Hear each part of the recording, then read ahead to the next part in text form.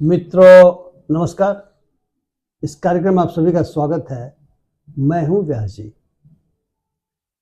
Doctor Lohia ने कहा था कि सत्ता लोक लाज से चलती है, यानी उसे समाज का क्या रिएक्शन होगा उसका उसे डर रहता है, क्योंकि समाज में जो वोटर हैं उन्हीं के बल पर डेमोक्रेसी में सत्ताधारी जो दल होते हैं वो सत्तासीन होते हैं।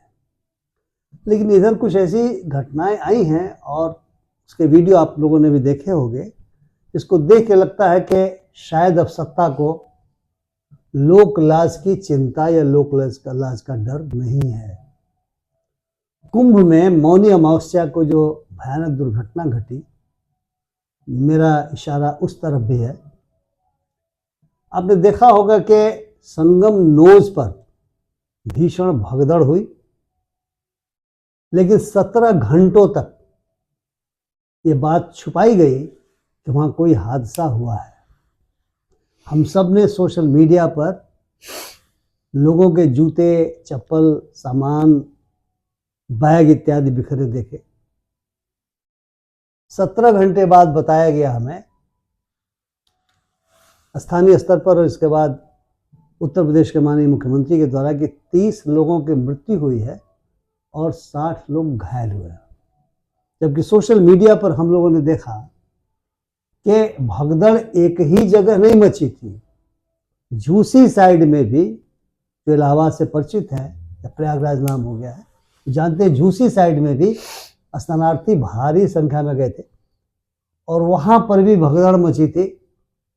उसके वीडियोस उपलब्ध हैं और लोगों के जूते, चप्पल, सामान, कपड़े इत्यादि जो छूट गए थे उसको जेसीबी मशीन से हम लोगों ने ट्रैक्टरों में लादते हुए देखा था। लेकिन वहाँ का डीआईजी बोलता है कि यह पुलिस के अभिज्ञान में नहीं है और सरकार के अभिज्ञान में तो होने का प्रश्न ही नहीं पैदा होता। वहाँ पर भी क्या हुआ क्या नहीं हुआ, सोशल मीडिया से पता चल रहा है कि वहाँ पर भी लोग घायल हुए, वहाँ पर भी मौतों के होने की संभावना है। अभी एक और फेसबुक पर वीडियो चल रहा है कि एक मेन स्ट्रीम टीवी चैनल का पत्रकार मोतीलाल नेहरू मेडिकल कॉलेज के मार्चुरी में जाता है, बाहर, अंदर तो नहीं, और देखता है कि दीवार पे 24 लोगों के फोटो चिपकाए गए हैं जिन्हें मृत बताया जा रहा है। वो उसे दिखाना शुरू करता है और कहता तो 30 लोगों का नाम था, 24 ही हैं, और उसे गलबहियां दे करके एक डॉक्टर वहां से हटा रहा है, कहता है गिरफ्तार करवा देंगे। और फिर पुलिस आ जाती है, वहां पर पुलिस की तैनाती हुई है, एक दरोगा शायद आ जाता है जो लेपल कार्ड नहीं लगाया हुआ, इसलिए आप कह नहीं सकते कि आदमी का नाम क्या है, और उसे पूछताछ करता है। और पत्रकार कहता है कि मैं पत्रकार हूँ, मेरे पास देखिए कैमरा देखिए और मेरा ये माइक देखिए और मेरा आई कार्ड देखिए, और आप कौन है, अपने आप बताइए कौन है। पत्रकार को रोकते हैं आप, और वो उसे कहता है कि आप भाग जाइए यहाँ से, आप कैसे यहाँ पर आ गए। और वहीं पर एक व्यक्ति ढूंढ रहा है अपने खोए हुए परिजन को और उसे भी गलभैया दे करके वही डॉक्टर बाहर निकाल देता है।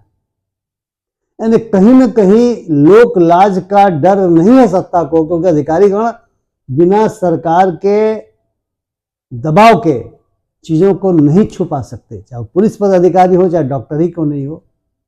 उसका काम है लोगों को बताना, उसका काम है लोगों को गाइड करना, वो नहीं बता रहे हैं। संसद में भी इस पर बवाल हुआ, लेकिन बताया नहीं गया कितनी मौतें हुई, कितने लोग घायल हुए, कितनी जगहों पर भगदड़ हुई। एक माननीय मंत्री ने, जो अभिनेत्री हैं और जिनको बताया जाता है कि वीआईपी ट्रीटमेंट दिया गया और बाकायदा संगम उनको ले जाया गया भीड़ के बावजूद, वो कहती है अरे छोटी मोटी घटना है। एक यूपी का मंत्री कहता है, जो अलाइड किसी छोटी मोटी पार्टी का मंत्री है, कहता है कि ये छोटी मोटी घटनाएं होती रहती है, उसके लिए मनुष्य की मृत्यु, घायल होना पीड़ा की चीज नहीं रही है। तो मुझे लगता है लोक लाज के जो डॉक्टर लोहिया कहते हैं कम होते चले जाने या खत्म होते जाने का एक परिणाम है, क्योंकि डेमोक्रेसी में तो चुने जाते हैं जनता के द्वारा। तो मेरे साथ मौजूद हैं मानव अधिकार कार्यकर्ता और शिक्षाविद डॉक्टर अनिल राय। अनिल राय साहब, मैं आपसे समझना चाहता हूं कि लोकलाज का डर क्यों खत्म होता जा रहा है सत्ताधारियों के अंदर से, और इस तरह की हृदयहीनता क्यों हमें दिखाई दे रही है। नमस्कार। बहुत माकूल प्रश्न आज के राजनीतिक सामाजिक संदर्भ में आपने उठाने की कोशिश की है। जिस लोकलाज के संदर्भ को आप उठाना चाहते हैं वह राजनीतिक नैतिकता का प्रश्न है। राजनीतिक नैतिकता जो लोक है, समाज है, देश के नागरिक हैं, उनके प्रति जवाबदेही के भाव से, जवाबदेही के कार्यभार से वह नैतिकता उत्पन्न होती है, वह लोक लाज भी उत्पन्न होता है। अगर लोक लाज को अगर समाप्त कम होते हुए देख रहे हैं, इसका अर्थ होता है कि जो लोक के प्रति हमारा राजनीतिक कर्तव्य है, जो जवाबदेही होनी चाहिए, वह लगातार घट रही है या समाप्त हो रही है या समाप्त हो गई है। यह इसका सीधा सीधा निष्कर्ष है। दूसरा, इसके साथ ही यह प्रश्न खड़ा हो जाता है कि आखिर यह लोकलाज या नैतिकता क्यों खत्म हो रही है और वह कहां शिफ्ट हो रही है। तो जो सामान्य रूप से समझा जाता है कि यह जो एक लोकतांत्रिक और धर्म निरपेक्ष, पंथ निरपेक्ष यह जो राष्ट्र था, वह एक पंथ सापेक्ष राष्ट्र की तरफ कन्वर्ट होता चला जा रहा है, बदलता चला जा रहा है, उसकी तरफ बढ़ता चला जा रहा है। लेकिन मैं यहीं पर नहीं रुक जाना चाहता हूं। जिस प्रवृत्ति को आप देख रहे हैं वह केवल धर्म को आधार बना करके ही राज करने की प्रवृत्ति नहीं है। मैं इसकी तरफ इशारा करना चाहता हूं। अगर धर्म के प्रति संवेदनशीलता होती, अगर धर्म के प्रति आग्रह होता, तो जो हजारों लोग वहां पर कुचल करके मरे हैं या मारे गए हैं, उनके प्रति हाय हाय वे राजनेता करते कि हमारे भाई बंधु मर गए हैं। बिल्कुल सही बात कहा आपने। उनके लिए रोते, उनके लिए विलाप करते, न कि उनकी संख्या को छिपाते, न कि उसके लिए बयान देते कि उनको मोक्ष मिल गया है। यह कैसा मोक्ष है कि कुचल करके मार दिया जाए और उसको कहा जाए कि मोक्ष मिल गया है। यह तो अजीब अजीब सी स्थिति है कि एक अपने को बाबा कहने वाला बड़े लंबे लंबे बाल है, नौजवान कहता है कि धर्मेंद्र शास्त्री का यह बयान है कि मोक्ष मिल गया है। नाम धर्मेंद्र शास्त्री जी।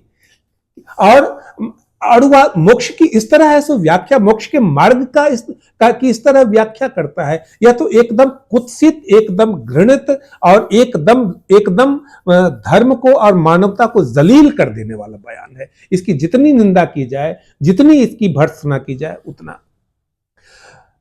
कारण हो गया है कि अभी के दौर में आप देखेंगे कि प्रॉक्सी पॉलिटिशियंस खड़े हो गए हैं।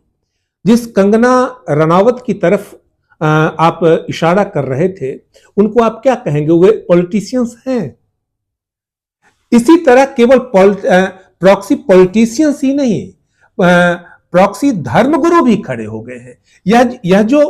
यह जो धर्मेंद्र ब्रह्मचारी कह रहे हैं, धर्मेंद्र शास्त्री कह रहे हैं, वह धर्मगुरु नहीं है, वह प्रॉक्सी धर्मगुरु हैं, वह दिखावटी धर्मगुरु हैं, वे बनावटी धर्मगुरु हैं। इसी तरह आप मीडिया में भी देखते हैं कि आपको एक प्रॉक्सी मीडिया है सो खड़ी हो गई है। तो मैं इसको जिसे गोदी मीडिया कहते हैं, जिसको गोदी मीडिया कहते हैं, तो इस तरह एक प्रॉक्सी एज की शुरुआत हो गई है। और ये सारे लोग, ये सारे नकली बनावटी लोग, कुछ एक दो जो सत्ताधारी हैं और किसी तरह, किसी बहाने से, किसी संवाद को खड़ा करके, बिना संवेदनशीलता के, बिना मानवता के, बिना राजधर्म के, केवल सत्ता में बने रहना चाहते हैं। केवल उनका इकलौता उद्देश्य है।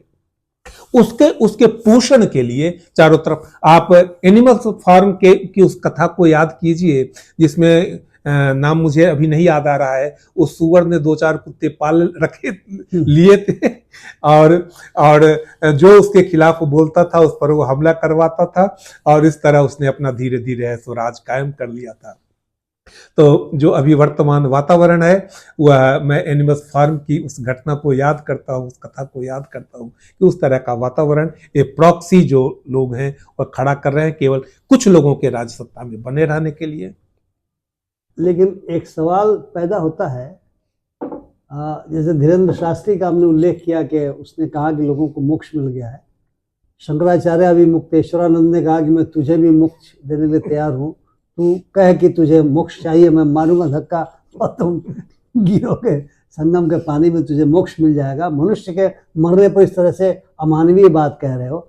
और कंगना रनौत नहीं, हेमा मालिनी जी ने कहा है ये सब छोटी छोटी घटना है, क्योंकि उनको तो बाकायदा VIP ट्रीटमेंट दे करके और संगम तक प्रशासन पूरी सुरक्षा में पूरा गाड़ियों काफिले के साथ ले गया जी था। हाँ, जी हाँ। और एक छोटा मोटा एक पार्टी है उत्तर प्रदेश में जो एलआई है अभी रूलिंग पार्टी का, वो कह रहा है कि छोटी छोटी घटनाएं होती रहती है, मतलब उसको मनुष्य की मृत्यु से, जैसा आपने कहा, कोई पीड़ा नहीं हो रही है, लेकिन वो ये बात कह दे रहा है।